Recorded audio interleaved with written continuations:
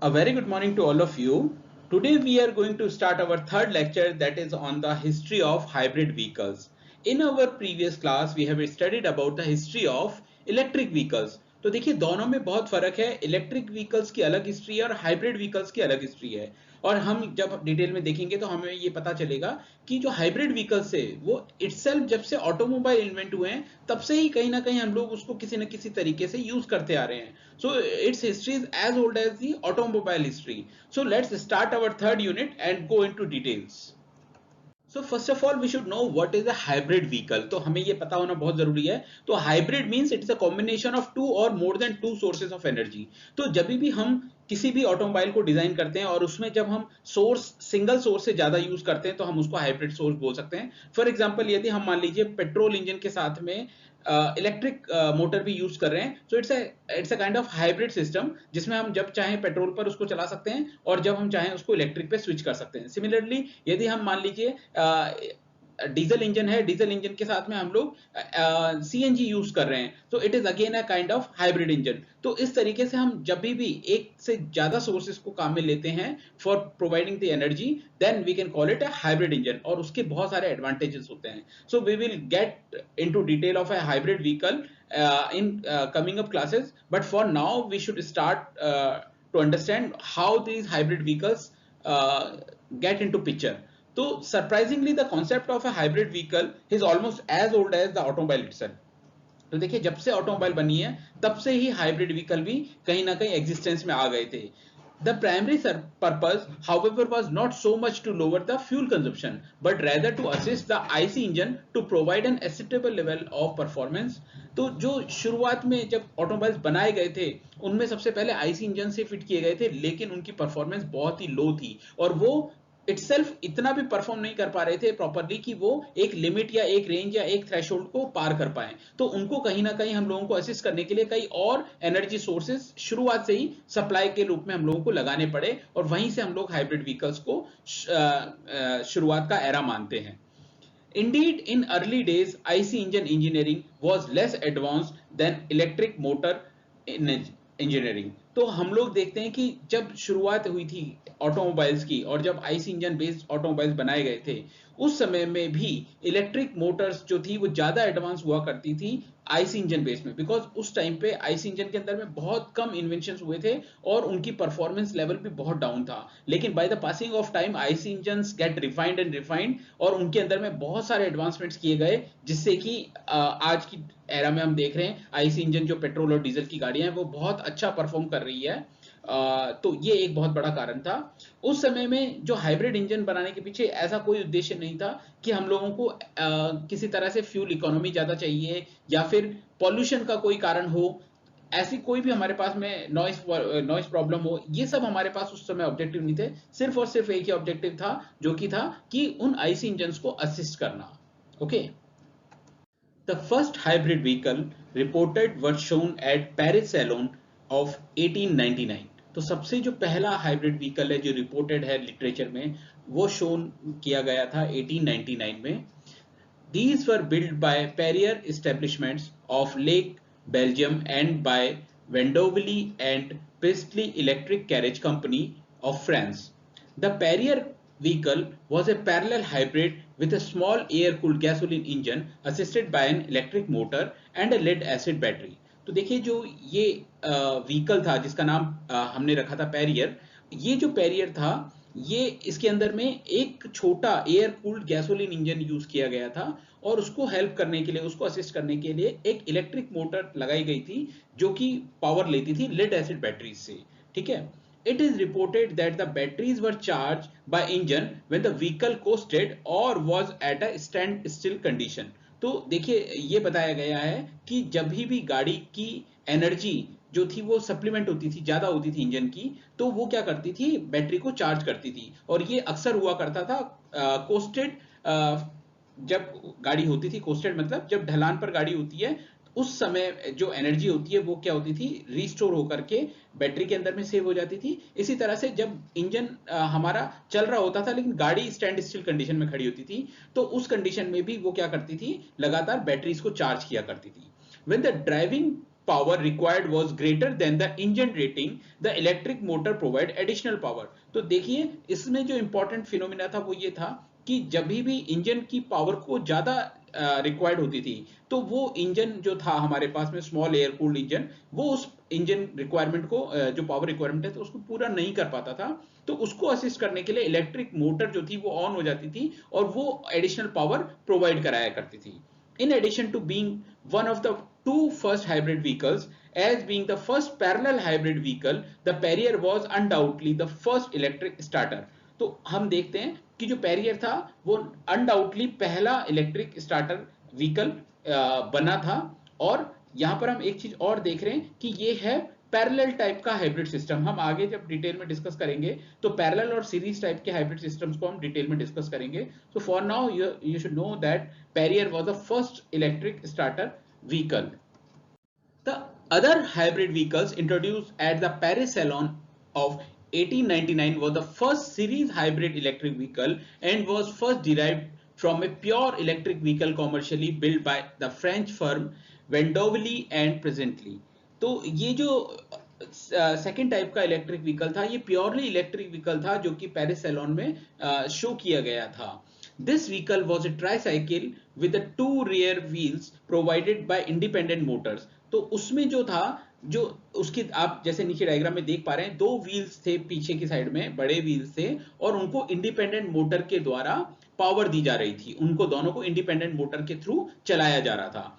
An additional 3/4 horse power gasoline engine यानी 0.75 horse power का एक गैसोलीन इंजन साथ में कपल्ड किया गया था to a 1.1 kilowatt generator as mounted on the trailer and could be टॉवर्ड behind the vehicle to extend its range by recharging the batteries। तो देखिए बिल्कुल कॉन्सेप्ट अलग था। यहाँ पर जो रेयर में एक ट्रेलर लगा करके वहां पर एक इंजन को माउंट किया गया था और वो क्या कर रहा था जब जब ऑन होता था, जब जब वो बैटरी को चार्ज करना होता था तो वो गैसोलीन इंजन जो था वो जब भी ऑन किया जाता था जिससे कि उसकी पावर से हम बैटरीज को चार्ज कर सके जनरेटर के थ्रू। और जनरेटर वो वहां पे लगा हुआ था वो था 1.1 किलोवाट का। तो इस तरीके से हम जब भी हमारी बैटरीज डाउन हो जाती थी, इलेक्ट्रिक जो उसका चार्ज था वो कम हो जाता था, तो उसको रिचार्ज करने के लिए हम लोग गैसोलीन इंजन यूज करते थे। ठीक है।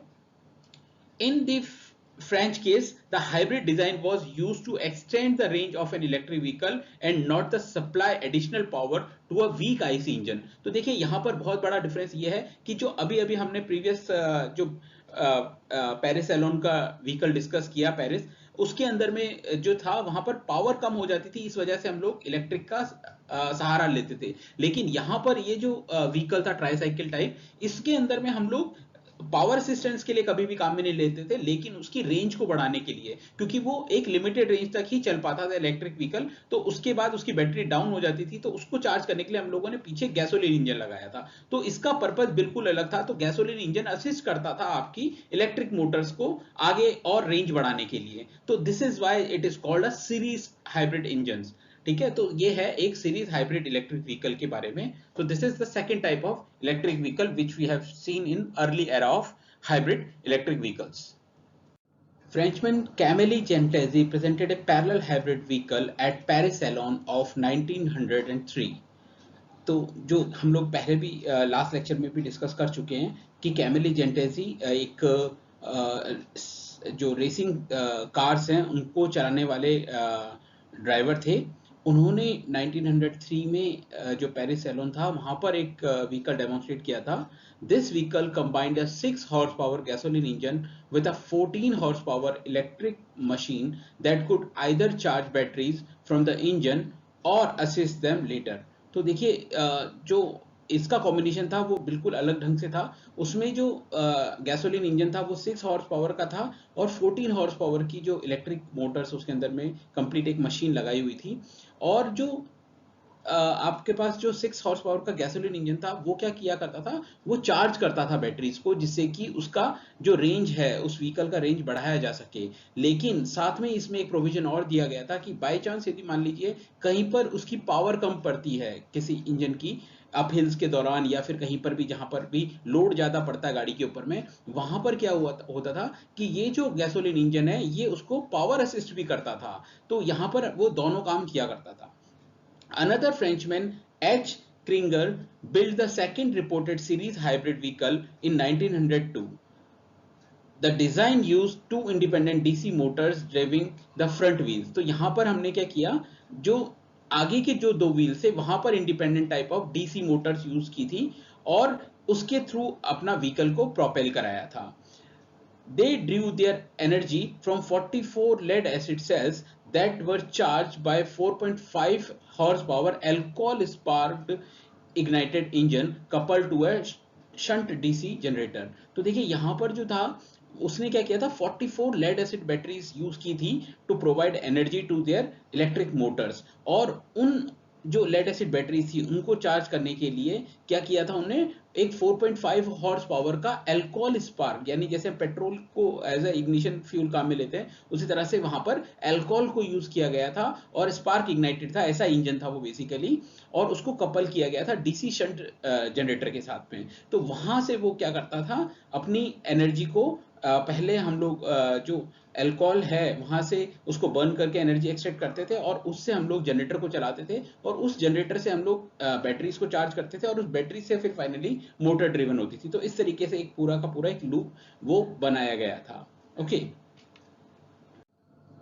Other hybrid vehicles, both of parallel and series types, were built during a period ranging from 1899 until 1914. तो इस दौरान पे हमने दोनों तरह के काफी हाइब्रिड व्हीकल देखे जो कि पैरेलल टाइप भी थे और सीरीज टाइप भी थे.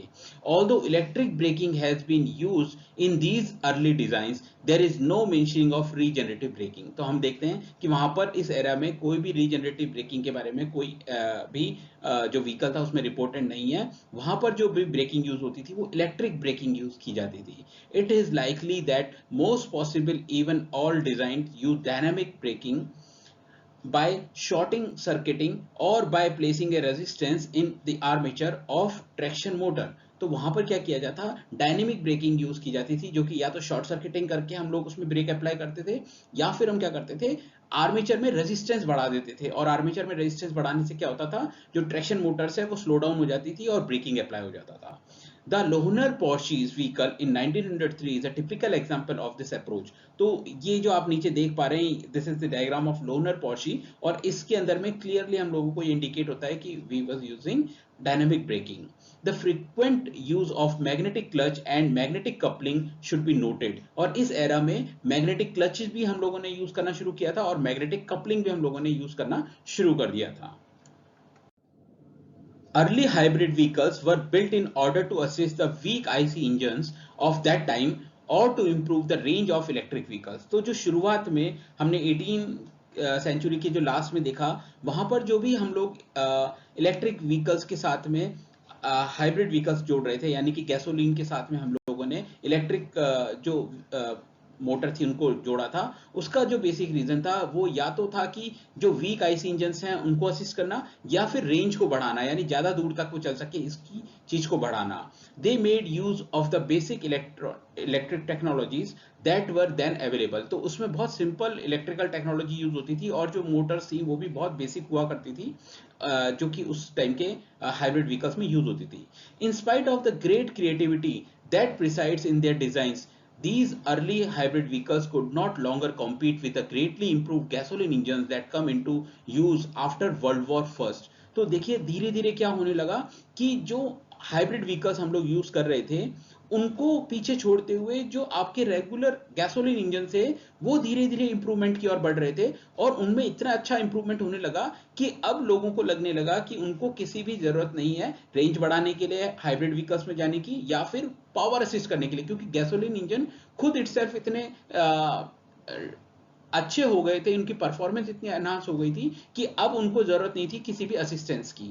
और ये सब हुआ है आफ्टर वर्ल्ड वॉर फर्स्ट. तो आप लोग जानते हैं जुलाई 1914 से वर्ल्ड वॉर शुरू हुआ था first and it was ended like November 1918. तो नवंबर 1918 के बाद का जो एरा था वहां पर हम देखते हैं कि गैसोलीन इंजन ने बहुत अच्छा कमबैक किया था और बहुत अच्छे से उन लोगों ने हाइब्रिड व्हीकल्स को डोमिनेट किया था. The gasoline engines made tremendously improvement in terms of power density. The engine becomes smaller and more efficient, and there was no longer a need of assisting them with electric Motors. तो देखिए बहुत अच्छे से उन्होंने develop कर लिया था अपने आप को। और in terms of power density का मतलब क्या है कि कम जगह में ज्यादा पावर दे पाना, और उनकी साइज छोटी हो गई थी, इफिशियंसी बढ़ गई थी, और इस वजह से उनको किसी भी असिस्टेंस की जरूरत नहीं थी जो कि इलेक्ट्रिक मोटर के थ्रू पहले मिलती थी। The supplementary cost of having an electric motor and the hazards associated with them, lead acid batteries, were key factors in disappearing of hybrid vehicles from the market after World War I. तो हम देखते हैं कि धीरे धीरे world war one के बाद में हाइब्रिड व्हीकल्स मार्केट से टोटली एब्सोल्यूट हो गए, खत्म हो गए। और उसके पीछे सबसे बड़ा कारण था कि एक तो इलेक्ट्रिक मोटर को लगाने के एक्स्ट्रा खर्चा उठाना पड़ता था, प्लस उसका हैजार्ड जो लेड एसिड बैटरी वो यूज करते हैं उसके कई अपने आप में डेंजरस हैजार्डियस हेल्थ इश्यूज भी होते थे और एक्सीडेंटल इश्यूज भी होते थे। उन सबको अवॉइड करते हुए उनने अब धीरे धीरे पूरी तरह से गैसोलीन इंजन पे स्विच कर दिया after the ending of world war one. However, the greatest problem that these early designs had to cope with was the difficulty to control the electric machines. तो जो हाइब्रिड व्हीकल्स की सबसे बड़ी जो problem थी वो ये थी कि जो एनर्जी थी जो उनके पास में सोर्स था, उस एनर्जी को वो प्रॉपरली कंट्रोल नहीं कर सकते थे, because that time the technology was very limited. Power electronics did not become available until the mid of 1960s। तो 1960s तक हमारे पास पावर इलेक्ट्रॉनिक्स इतनी डेवलप नहीं थी कि हमारे पास जो अवेलेबल बैटरी है उससे जो एनर्जी सोर्स मिल रहा है हम उसको प्रॉपरली यूटिलाइज कर पाए।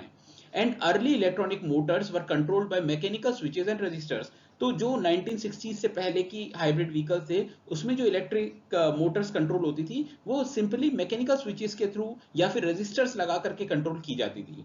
They had a limited operating range that was incompatible with efficient operation. तो उनकी जो रेंज थी जो इलेक्ट्रिक हाइब्रिड व्हीकल्स थे वो बहुत लिमिटेड थे, क्योंकि उनके अंदर में जो एनर्जी को यूटिलाइज करने का जो तरीका था वो प्रॉपर नहीं था, और इसी वजह से जो ऑपरेशन था वो इनएफिशिएंट था। Only with great difficulty could they be made compatible with the operations of a hybrid vehicle। और बड़ी ही मुश्किल से वो हाइब्रिड व्हीकल का रोल प्ले कर पा रहे थे because of these limitations। Okay, Dr. Victor Volk is recognized as the modern investigator of hybrid electric vehicle movement। तो एक बहुत बड़ा नाम है डॉक्टर विक्टर का, जिसने कि एक मॉडर्नाइजेशन किया था इलेक्ट्रिक हाइब्रिड व्हीकल्स में। इन 1975 along with his colleague he built a parallel hybrid version of Buick Skylark। तो एक उनने मॉडल गाड़ी का निकाला दैट इज बुइक स्काईलार्क, और वो क्या था, वो एक पैरेलल हाइब्रिड वर्जन था। The engine was a Mazda rotary engine coupled to a manual transmission। और उसमें जो उन लोगों ने यूज किया था वो इंजन था Mazda rotary engine। तो वो हमने मैनुअल ट्रांसमिशन के साथ कपल्ड किया था। It was assisted by 15 horsepower separately excited DC machine located in front of the transmission। और देखिए उसको असिस्ट करने के लिए 15 हॉर्स पावर का एक सेपरेट डीसी मशीन रखा गया जो कि फ्रंट में माउंटेड था इस व्हीकल के अंदर में। और ये जो था ट्रांसमिशन उसको स्टार्टिंग जहां से होती है वहां पर ही इसको माउंट किया गया था। 8 12 volt automotive batteries were used for energy storage. और यहां पर 8 12 वोल्ट की बैटरीज को यूज किया गया था to provide the energy. A top speed of 80 miles per hour, it is approximately 129 km per hour, was achieved with acceleration from 0 to 60 miles per hour in just 16 seconds। तो बहुत ही अच्छा propagation मिला था इस vehicle को, और इसकी जो फीचर्स थे वो काफी अच्छे थे जो कि इसके पास में हम लोगों को देखने को नहीं मिले थे। So it was again turning point in hybrid vehicle series. The series hybrid design was revived by Dr. Ernest H. Wakefield in 1967 when working for Linear Alpha Incorporation। तो यही जो सीरीज हाइब्रिड डिजाइन है इसको भी revive किया गया था by doctor Ernest. A small engine AC generator with an output of 3 kilowatt was used to keep a battery pack charge। तो उसको क्या किया गया था उस डिजाइन के अंदर में कि एक 3 किलोवाट का अलग से एसी जनरेटर लगाया गया था जो कि क्या करता था, बैटरी पैक्स को चार्ज करता रहता था। However, the experiments were quickly stopped because of technical problem। और ये जो एक्सपेरिमेंट था ये ज्यादा नहीं चल पाया due to some technical reasons, और वहीं पे उनको बंद करना पड़ा। Other approaches studied during 1970s and early 1980s used range extenders similar in concepts of the French Vendovely and Priestley in 1899 design। तो देखिए हमने पहले अभी कुछ स्लाइड पहले बात करी थी कि जो फ्रेंच वेंडोवली और प्रिस्टली था, उन लोगों ने भी रेंज को एक्सटेंड करने के लिए एडिशनल सोर्स लगाया था। सिमिलर तरीके के कई और एक्सपेरिमेंट्स 1970s और 1980s में भी किए गए। These range extenders were intended to improve a range of electric vehicle that never reached the market. और उनने भी यही कोशिश करी कि उनकी जो रेंज थी उन इलेक्ट्रिक हाइब्रिड व्हीकल्स की, उसको बढ़ाया जा सके, जिससे कि वो ज्यादा सक्सेसफुल हो। लेकिन ऐसी कोई भी एक्सपेरिमेंट्स ज्यादा सक्सेसफुल नहीं रहे and they never came to the market, और कभी भी मार्केट में उनकी डिजाइन कंप्लीटली कमर्शियल लेवल पर नहीं उतर पाई। Other prototypes of hybrid vehicles were built by Electric Auto Corporation in 1982 and by Briggs and Stratton Corporation in 1980। तो इस तरह के और भी कई एक्सपेरिमेंट्स होते रहे, और जो प्रोटोटाइप निकल के आया हाइब्रिड व्हीकल्स का, वो इन दो कंपनियों के थ्रू 1982 और 1980 में मिला हमको। One was from electric auto corporation और जो दूसरा मिला था हमें ब्रिग्स एंड स्ट्रैटन कॉर्पोरेशन के थ्रू मिला था। और ये जो दोनों हमें मिले थे 1982 और 80 में, ये दोनों ही पैरेलल हाइब्रिड व्हीकल्स की कैटेगरी में लाई करते थे। Despite the two oil crises of 1973 and 1977, and despite growing environmental concerns, no hybrid electric vehicles made it to the market। तो देखिए 1973 में फर्स्ट ऑयल क्राइसिस हुआ था, जस्ट जब ओपेक कंट्रीज थी जो जिनने अब अदर कंट्रीज के साथ में ट्रेड करने के लिए मना कर दिया था और ऑयल सप्लाई करना बंद कर दिया था, जो भी अरब कंट्रीज थी वहां से। तब एकदम से पूरे वर्ल्ड वाइड एक क्राइसिस हो गया था हर कंट्री के अंदर में, और ऑयल की जो डिमांड थी वो बहुत ज्यादा बढ़ गई थी। The researchers' focus was drawn by electric vehicles, of which many prototypes were built during 1980s। तो इसी वजह से जो रिसर्चर्स थे उन लोगों का ध्यान एकदम से वापस इलेक्ट्रिक एंड हाइब्रिड व्हीकल्स की तरफ गया, so that we can generate you can say stand by for our gasoline engines. तो हम लोग वापस से 1980s में कम बैक करते हैं और ये चाहते हैं कि हम लोग जो इलेक्ट्रिक एंड हाइब्रिड व्हीकल्स हैं उन पर और काम करें, उनके और प्रोटोटाइप बनाएं। The lack of interest in hybrid electric vehicles during this period may be attributed to the lack of practical power electronics, modern electric motors and battery technologies। और अभी तक हमने क्या किया था, जब तक हाइब्रिड व्हीकल्स पे ज्यादा ध्यान नहीं दिया था, और इसी का परिणाम ये रहा कि हम लोगों ने ज्यादा एडवांसमेंट जो था पावर इलेक्ट्रॉनिक्स में नहीं कर पाए। इसी तरह से हम लोग मॉडर्न इलेक्ट्रिक मोटर्स को डेवलप नहीं कर पाए और बैटरी टेक्नोलॉजी को अब तक अच्छे से डेवलप नहीं कर पाए। इन 1980s witnessed a reduction in conventional IC engine powered vehicle size। और हम देखते हैं कि 1980s में क्या हुआ था, जो आईसी इंजन थे यानी जो गैसोलीन और पेट्रोल इंजन थे, उनमें और एडवांसमेंट बढ़ा और उनकी जो साइज थी वो और डाउन चली गई, क्योंकि वहां पर हम लोग कई तरीके की और रिफॉर्म्स लेके आ गए थे। The induction motor of catalytic converter and the generation of fuel injection. तो यहाँ पर जो शुरुआत हो गई थी 1980s में multi point fuel injection systems की और साथ में रीजनरेशंस की। तो इससे फायदा ये हुआ कि हमारे जो आईसी इंजन थे उनकी साइज ट्रेमेंडसली डाउन हो गई थी 1980s में। तो अगेन हम लोगों को एक झटका लगा हाइब्रिड एंड इलेक्ट्रिक व्हीकल्स के लिए कि वहां पर भी हम लोग अगेन उतना उनको कॉम्पीट नहीं कर पाए। Okay, the hybrid electric vehicle concept Drew great interest during 1990s। और हम देखते हैं कि जो वापस से इलेक्ट्रिक व्हीकल्स में शुरुआती रुझान आने लगा, शुरुआत से इंटरेस्ट आने लगा, वो 1990 से आने लगा, when it becomes clear that electric vehicles would never achieve the objective of saving energy. तो देखिए यहाँ पर हम क्या कर पा रहे थे कि कुछ एनर्जी को हम लोग सेव कर पा रहे थे by using your alternative source or your renewable energies। The Ford Motor Corporation initiated the Ford Hybrid Electric Vehicle Challenge। He drew efforts from universities to develop hybrid versions of production automobiles। और वहां से Ford ने एक initiative लिया और Ford की जो hybrid electric vehicle challenge एक कंपटीशन रखा, जिसमें उसने काफी यूनिवर्सिटीज को इनवाइट किया, so that they can develop some prototype, they can provide some designs, so that on what technology we can move further in hybrid and electric vehicle technology. तो वहां से हम लोगों ने धीरे धीरे कई डिजाइन्स को एक्सट्रैक्ट किया, कई रिफॉर्म्स लेके आए, और वहां से जो इलेक्ट्रिक हाइब्रिड व्हीकल्स थी उनको हमने प्रोडक्शन लाइन तक लाने का काम शुरू किया। Automobile manufacturers around the world build prototypes that achieve tremendous improvement in fuel economy over their IC engine powered counterparts। तो देखिए 1990s के बाद में जब फोर्ड ने अपनी ड्राइव चलाई थी, उसके बाद में थ्रू आउट द वर्ल्ड बहुत सारे प्रोटोटाइप्स डेवलप होने लगे और they get a good fuel economy over the IC engine powered counter parts. तो बहुत अच्छा हम लोगों को उससे रिजल्ट मिलने लगा। In US Dutch build the Intrepid ESX model 1, 2 and 3. ESX1 was a series hybrid vehicle powered by a small turbocharged 3-cylinder diesel engine and a battery pack. तो देखिए जो डच था कंपनी, उसने ESX के 3 model बनाए और जो वो बेसिक मॉडल था वो क्या था, एक हाइब्रिड व्हीकल था जिसके अंदर में एक छोटा सा टर्बोचार्जर 3-सिलेंडर डीजल इंजन दिया गया था प्लस एक बैटरी पैक दिया गया था। 200 horsepower electric motors were located in the rear wheels. और वहां पर क्या किया गया था, जो पीछे के दो व्हील्स थे उनको पावर देने के लिए 200 हॉर्स पावर की इलेक्ट्रिक मोटर्स यूज की गई थी। The US government launch the partnership of a new generation of vehicles, जिसको नाम दिया गया था PNGV, partnership for new generation of vehicles, which include the goal of mid size sedan that could achieve 80 miles per hour.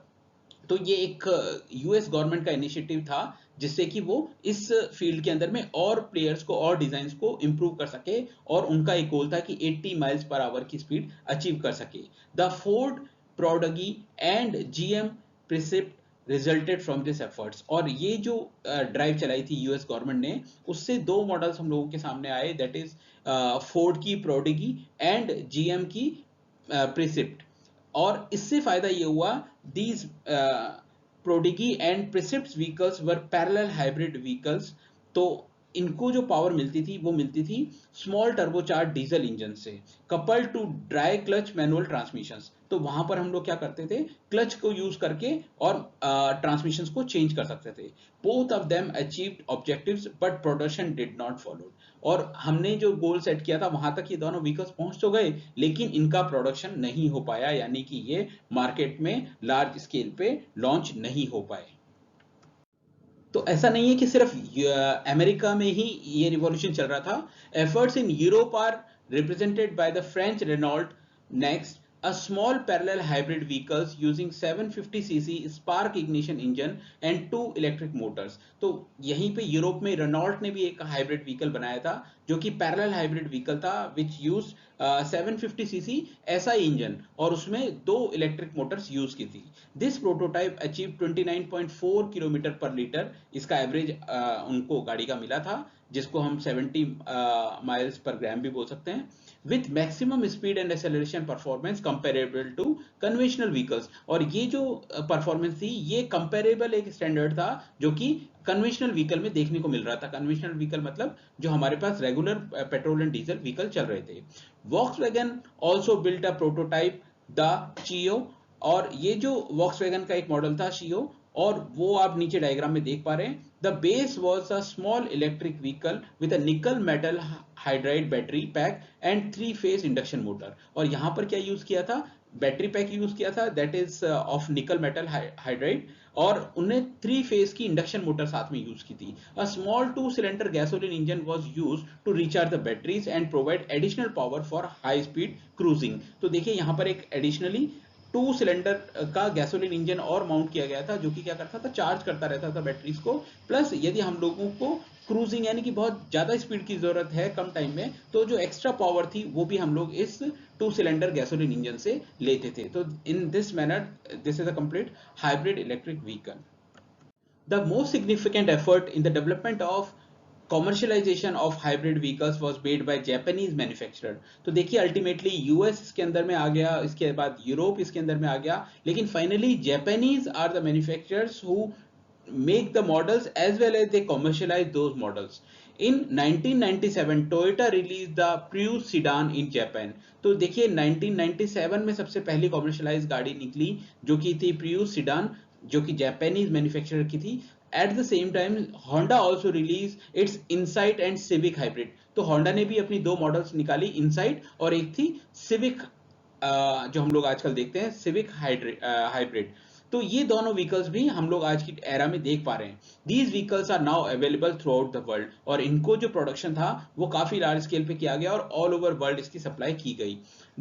They achieve excellent figure of fuel consumption, और यहाँ पर हम देखते हैं कि बहुत ही अच्छा फ्यूल इकोनॉमी हमको मिला, क्योंकि उसके अंदर में हाइब्रिड टेक्नोलॉजी यूज हो रही थी, हमारे पास में रीजनरेटिव ब्रेकिंग यूज हो रही थी, साथ ही साथ में हम लोग उन्हीं जो हमारे पास में इंजन था उसी से हम लोग अपनी बैटरी पैक को चार्ज कर लेते थे, और जब से ही हमारे पास बैटरी पैक चार्ज हो जाता था तो कुछ दूरी के लिए हम लोग उसको इलेक्ट्रिक मोटर्स पे ड्राइव करते हैं। Toyota Prius and Honda Insight vehicles have a historical value in that they are the first hybrid vehicle commercialized in the modern era to respond the problem of personal vehicle fuel consumption। तो इसीलिए हम लोग जो Toyota है and Honda है उनकी गाड़ियों को अपने इसके अंदर में हाईएस्ट मानते हैं, और जो प्रोफेशनल व्हीकल फ्यूल कैटेगरी है उसके अंदर में ये जो नाम है होंडा का या फिर हम लोग टोयोटा का सबसे आगे रखते हैं for launching the hybrid vehicles. So guys, this is all from my side about the history of hybrid vehicles, और हमने यहाँ पर जो की टेक अवेज लिए हैं वो देखा हमने कि किस तरह से 1899 से लेकर के 1997 में पूरा का पूरा जर्नी रहा है हाइब्रिड व्हीकल्स का। सिमिलरली हाइब्रिड व्हीकल्स के सामने क्या क्या चैलेंजेस रहे, किस तरह से पैरेलल और सीरीज अलग अलग टाइप्स के मॉडल्स लॉन्च हुए time to time, and finally commercial launch जो किया था टोयोटा ने प्रियस का और होंडा सिविक हाइब्रिड का और इनसाइट का 1997 में, और वो एक नया एरे की शुरुआत थी पूरे वर्ल्ड वाइड जहां पर कॉमर्शियल व्हीकल लॉन्च किया गया। आपके लिए क्वेश्चन यहां पर मैं टॉस कर रहा हूं कि आप बताइए कि आपके हिसाब से कौन सा बेस्ट हाइब्रिड व्हीकल आप मार्केट में देखते हैं और क्यों। You can write your answer in comment section, and thank you so much for being with me. Keep watching and keep practicing about this topic with the question and answers. The link is provided in your description box. So thank you so much for being with me.